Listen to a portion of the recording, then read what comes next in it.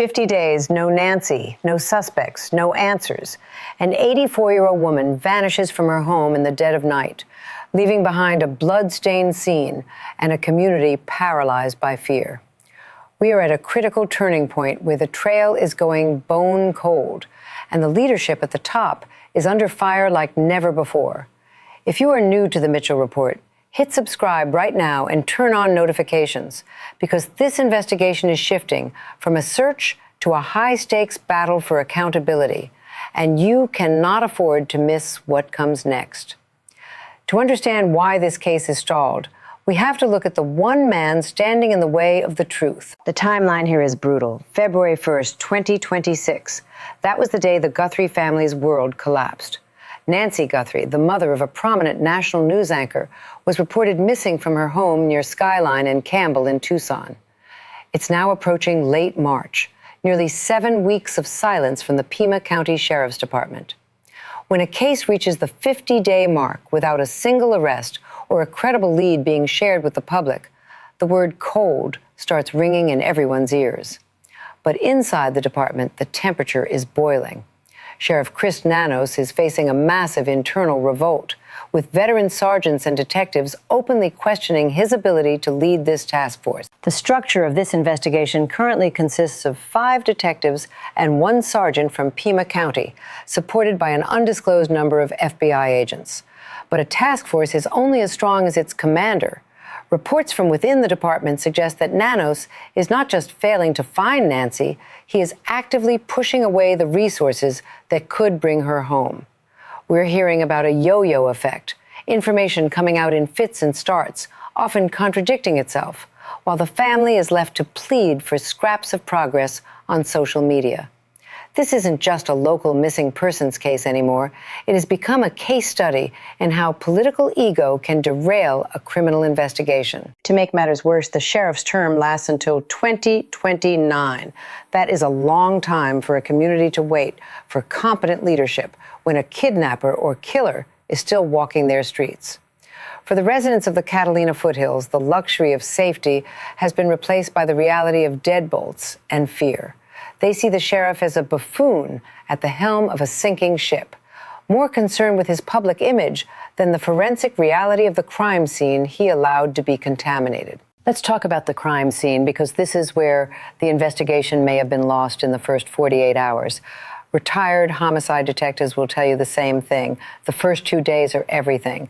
In the Guthrie case, the crime scene was released on day 2. Think about that. While the blood was still fresh on the walkway, the yellow tape came down.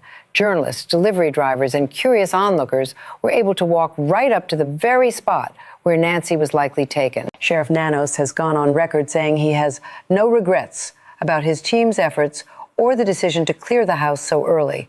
He called the criticism silly.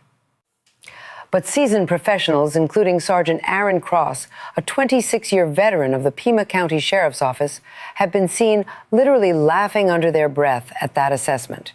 It's not silly. It's catastrophic. When you release a scene that early, you lose the ability to go back and find the microscopic evidence that modern forensics relies on. Why would a 40-year veteran of law enforcement make such a rookie mistake? The answer seems to lie in a deep-seated bias. Sources indicate Nanos has a historical friction with the FBI. He didn't want their help early on, and he didn't want them stepping on his toes in his jurisdiction. But Nancy Guthrie isn't a political pawn. She's a grandmother. By the time the FBI was fully plugged in on that Sunday and Monday, the damage was done. The lead detective assigned to this massive, high-profile case reportedly had less than 5 years on the job. Some say as little as 2 years in homicide. You don't put a sophomore detective on the biggest abduction case in the state's history unless you're trying to keep the investigation under a very specific, very tight thumb. Despite the administrative failures, the digital evidence has provided the only real glimpse into the darkness of that night. We have the Ring camera footage, stills of a masked suspect at Nancy's front door. This individual, estimated to be between 5'9" and 5'10", was wearing gloves and a ski mask, carrying a black Ozark Trail hiker pack, and clearly sporting a firearm on his waistband. This wasn't a random wanderer. This was a tactical entry. But here is what the sheriff isn't telling you. What was taken? In any detective's notebook, the why is found in the what. If this was a home invasion or a robbery gone wrong, where are the stolen goods? Was jewelry taken? Was the artwork touched? If nothing was stolen, then the target wasn't the property, it was Nancy. Investigators have been combing through cell tower dumps and analyzing pings, leading to raids in Rio Rico and Tucson. But so far, those operations have turned up empty. One of the most frustrating leads involved a black glove found in a field 2 miles from the home. The community held its breath while DNA was entered into the National CODIS database, only for the results to come back to a local restaurant worker with no connection to the crime. It's a reminder of how easily an investigation can be distracted by noise when the signal is weak. Currently, detectives are hyper-focused on the specific zone bound by Campbell Avenue, Ina Road, and River Road. They are begging residents for any civilian camera footage from the late hours of January 31st. They're looking for a vehicle, a shadow, or a movement that doesn't belong. Because at this point, if the forensic evidence at the house was botched, the only way this case breaks is through a neighbor's doorbell or a witness who finally finds the courage to speak. The silence coming from the Pima County Sheriff's Department isn't just a lack of information, it's a wall. We have a public information officer who isn't being utilized and a sheriff who seems to be operating on an island. When you have a task force of 5 detectives and a sergeant, the community expects a steady drumbeat of updates. Instead, we're getting a total blackout. This is where the frustration from veteran law enforcement really starts to boil over. In a case like this, transparency isn't just a courtesy, it's a tool. It keeps the public's eyes open. It keeps the pressure on the suspects. By shutting down communication, Sheriff Nanos is effectively letting the trail grow over with weeds. What's even more disturbing are the reports of seasoned, high-level homicide detectives being pushed out of the department. We're talking about investigators with decades of experience, the kind of people who have seen every trick a kidnapper can pull. They're being transferred out or sidelined over disagreements with the sheriff's leadership style. In their place, rookie detectives with 2 years on the job. You have to ask yourself, why would any leader trade away his best assets in the middle of the most high-profile abduction in Arizona's history? It defies every standard operating procedure in modern policing. To understand the impact of this, you have to look at the boots-on-the-ground reality. When a veteran detective walks a scene, they aren't just looking for blood. They're looking for patterns. They're looking for the subtle signs of premeditation. A rookie might miss the way a door was forced, or the fact that it wasn't forced at all. If Nancy's doors were unlocked, as many seniors in the Catalina Foothills admit theirs often are, this wasn't a break-in. It was an invitation for a predator. And without the right eyes on that scene from minute one, we may never know exactly how that predator crossed the threshold. Let's talk about the money. In a crime of this magnitude, there is almost always a financial heartbeat. A $1 million reward is now on the table, a staggering amount aimed at shaking loose the truth. Much of that comes from the Guthrie family. But we've also seen private citizens like attorney Michael Hoopie from Wisconsin chipping in $100,000 of his own money. When the reward reaches 7 figures, the dynamic of the investigation shifts. Suddenly, people who might have been staying quiet out of loyalty or fear start looking at that payout. But where is the financial gain for the perpetrator? If this was a kidnapping for ransom, the communication has been dangerously thin. While there was mention of a, quote, ransom letter sent to local media early on, we haven't seen a follow-up. In a standard kidnapping, the, quote, business of the crime happens in the days following the snatch. Here, we are at day 50. If Nancy is still being held, the, quote, cost of keeping her hidden is rising every day. If she isn't, then the motive shifts from profit to something much darker, something personal, or perhaps purely opportunistic. Experts in forensic psychology and retired FBI profilers are likely looking at the suspect's kit, the Ozark Trail backpack and the holster. These are specific items. They were purchased somewhere.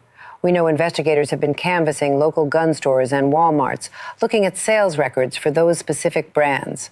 But the results of those canvasses? Sealed. The public doesn't know if they found the buyer or if the trail went cold at a cash register. This lack of transparency is fueling a vacuum of speculation. And in that vacuum, the profiteers and armchair detectives are starting to do real damage. This brings us to the human cost, the emotional anchor of this entire tragedy. We saw Savannah Guthrie and her sister Annie return to the neighborhood recently. They stood at the street-side shrine, surrounded by yellow flowers and hundreds of messages from strangers. You could see the raw, unshielded pain on their faces. This isn't just a news story for them. It's a living nightmare. Savannah's words were haunting. We cannot grieve. We can only ache and wonder. Think about the psychological toll of that wonder. When a loved one is taken, the mind goes to the darkest places imaginable. Every minute of those 50 days is a loop of what ifs and where is she? The family has been incredibly graceful, thanking the community for the outpouring of love. But underneath that gratitude is a desperate, clawing need for closure. They aren't just looking for an arrest.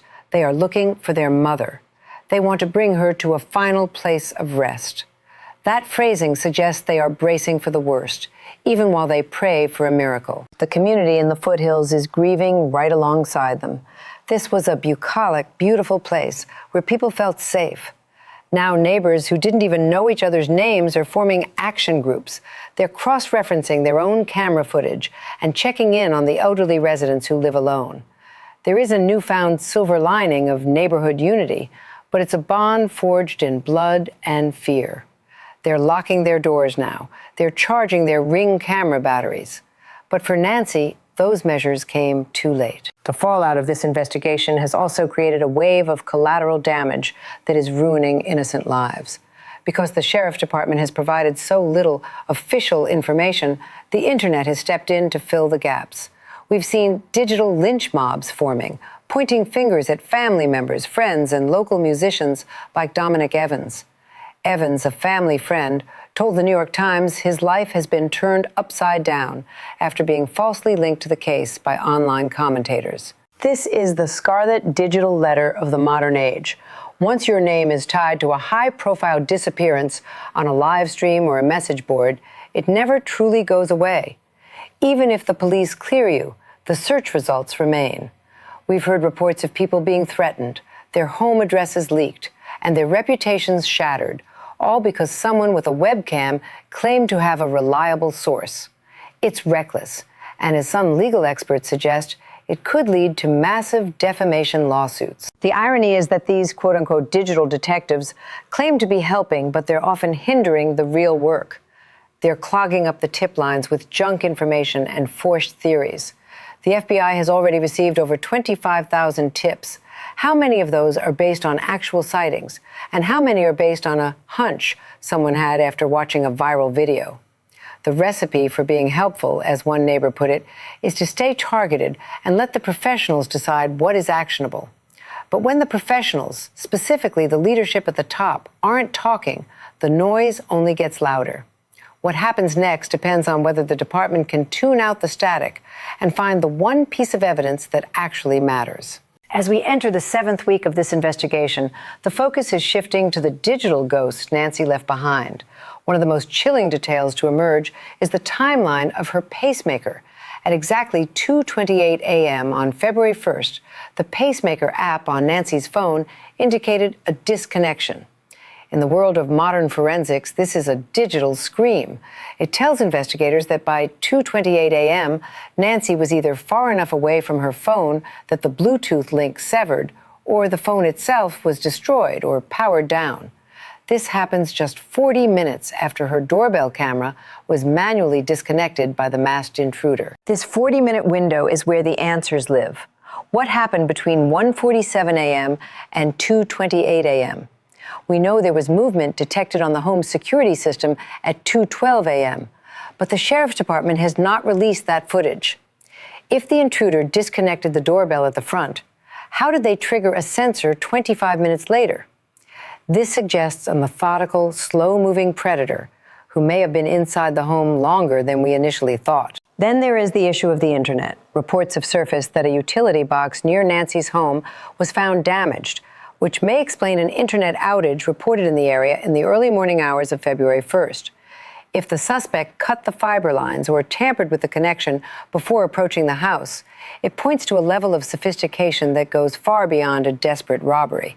This was a targeted hit, a term Sheriff Nanos has used repeatedly, warning that the person responsible is a calculated threat who could strike again. The geographic scope of the investigation has expanded well beyond the Catalina Foothills. We've seen law enforcement operations in Rio Rico, near the Mexican border, where a man was detained and a Range Rover was seized for forensic processing. But while these raids make for dramatic headlines, they have yet to produce a suspect in handcuffs. Former FBI agents suggest that investigators are now in the couch cushion stage, retracing every step, re-interviewing every contractor, and looking at the details they skipped on day one because they seemed too obvious to be true. One of those skipped details might be a vacant property in Nancy's immediate neighborhood. FBI agents have recently been seen canvassing a home that was vacated just before Nancy's disappearance. In many high-profile abductions, the perpetrator uses a cool-down spot, a place nearby where they can observe the police response without being seen. If someone had access to a vacant home with a view of Nancy's driveway, they could have tracked her movements for weeks, learning exactly when she returned from dinner and when her lights went out. The moon phase theory has also gained traction among independent analysts. On the night of the abduction, it was a full moon with 100% illumination. However, the FBI has reportedly been seeking neighbor footage from January 11th and January 24th, dates when the moon was a mere crescent. Why look back at those specific nights? It suggests the suspect may have been scouting the property under the cover of much darker skies. If the FBI is looking for a matching vehicle or a recurring figure from those low-light nights, it means they are building a pattern of stalking that predates the crime by weeks. Building on the technical analysis, we have to address the massive internal conflict currently tearing the Pima County Sheriff's Department apart. This is no longer just a difference of opinion between local and federal authorities. It is a full-blown crisis of confidence. Sergeant Aaron Cross, who leads the Pima County Deputies Organization, has publicly labeled this an ego case for Sheriff Nanos. The accusations are heavy, that Nanos has great disdain for the FBI, stemming from a grudge nearly a decade old, and that he is intentionally slowing down their lead on the case. The most glaring example of this friction is the DNA evidence. Instead of sending samples to the FBI's world-class lab in Quantico, Nanos reportedly sent evidence to a private lab, claiming it was for consistency. When you have the full weight of the FBI's Forensic Science Research and Training Center at your disposal, choosing a private lab raises serious red flags for legal experts. It creates a chain of custody and quality control debate that could haunt a future trial. If a defense attorney can argue that the sheriff bypassed the gold standard of testing to settle a personal score, the entire case could crumble before a jury is even seated. Furthermore, a recall petition is now circulating to remove Sheriff Nanos from office. This isn't just about the Guthrie case. It's about a pattern of behavior, including a recent $1 million lawsuit involving jail safety and allegations of misrepresenting his professional resume. But the Guthrie investigation is the lightning rod. The people of Tucson are realizing that their chief law enforcement officer is more focused on fighting with the FBI and his own staff than he is on finding an 84-year-old woman. In the high-stakes world of a kidnapping, every hour of internal bickering is an hour given to the kidnapper to disappear further into the shadows. Which brings us to the most critical part, the timeline of the suspect's movement. We know Nancy was dropped off at 9:48 p.m. and her garage door closed at 9:50 p.m. The dark window begins there. For 4 hours, Nancy was alone. Then at 1:47 a.m., the doorbell camera is disconnected. This is the move of someone who knows exactly where the tech is located. They didn't just walk past it, they neutralized it. The suspect's attire, the gloves, the ski mask, the Ozark Trail backpack is tactical. This isn't the outfit of a random addict looking for gas money. This is the gear of someone who is prepared for a long night or a long hike. The Catalina Foothills are rugged. If the suspect took Nancy through the desert washes instead of the main roads, they could have avoided every license plate reader in the county. Investigators are now urging people to check their journal notes or old text messages from that night. Did you see a truck parked where it shouldn't be? Did you hear a dog barking at 2 a.m.? The family's latest plea is heartbreaking because it targets the very heart of the community. Someone knows something, they say. It might be a small detail, a neighbor who suddenly changed their routine, or a contractor who went missing from a job site the next day.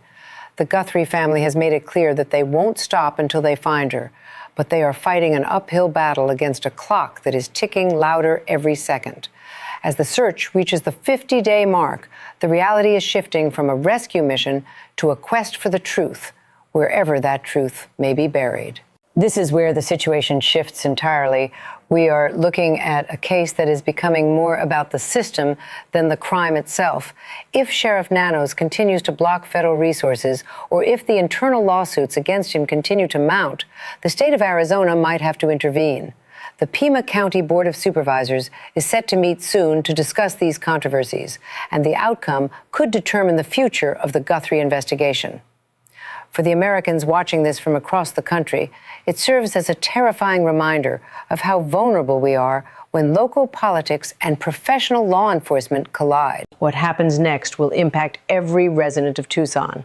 If an abductor can take a high-profile woman from $1 million home in a secure neighborhood and vanish for 7 weeks, then the illusion of safety in the suburbs is gone.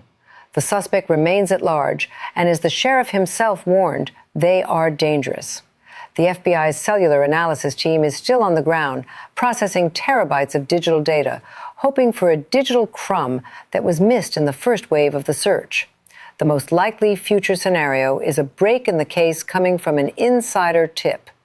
With a $1 million reward on the table, loyalty is a luxury many criminals can't afford. Someone, somewhere, knows who owns that Ozark Trail backpack and who was missing for a few hours in the early morning of February 1st. Until that person speaks, Nancy Guthrie remains a name on a billboard and a hole in the heart of a family that is desperately trying to bring their mother home. After 50 days, the math is brutal. This investigation has traveled from a quiet Tucson street to the headlines of the nation. And yet we are still waiting for the first real break. If this breakdown helped you understand the deep complexities and the high-stakes drama currently unfolding in the Pima County Sheriff's Department, please share this video with someone who needs to see the full picture. Your engagement keeps the spotlight on this case, and in a disappearance this cold, light is the only thing that can lead to the truth. Stay with us as this develops. We have seen how quickly a case can turn when the community refuses to let it go. Make sure you hit like and stay updated, because when the truth finally comes out, we will be first to cover it. The porch still stands empty. The desert holds its secrets. But as the pressure on leadership grows and the reward money calls out to those in the shadows, those secrets won't stay buried forever. The clock is ticking, the trail is narrowing, and we will be here when it breaks, because every detail matters, and every grandmother deserves to be found. I am Mitchell. This is the Mitchell Report. Thank you for watching.